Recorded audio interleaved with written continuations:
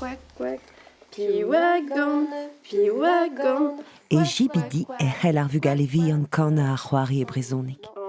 Arrent a magouri drezoubidigez e kornouk breize. Digoret e oa bet e mis gwengolo daouvil Trivarnugen e Brest. Ar zavadurman a c'hall de gemer pemzek bugel. Ar aktres a zo douget gant ar gevredigez ket hag as ar brezhonek varog e bro Vrest. Mamig, rien deus la eret da sae. Ha me, ne meus ket. E Cleo, ur gevredigez evit an dioskouarn.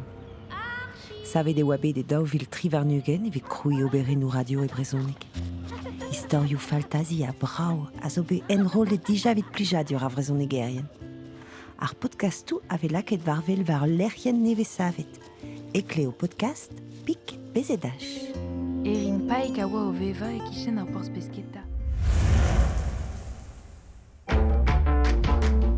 Degemer mat e deusta. Ar festival a oa bet krouet e daouvil triwer evit chikour aktorien lec'hel a zioren yez a sevinadur breiz. Son adegou, dans, anter kanarzour a dremen war a leuren. Deusta zon degoueye evit komz, lida a beva e brezhonek. Eno e mor yez e kementrazo.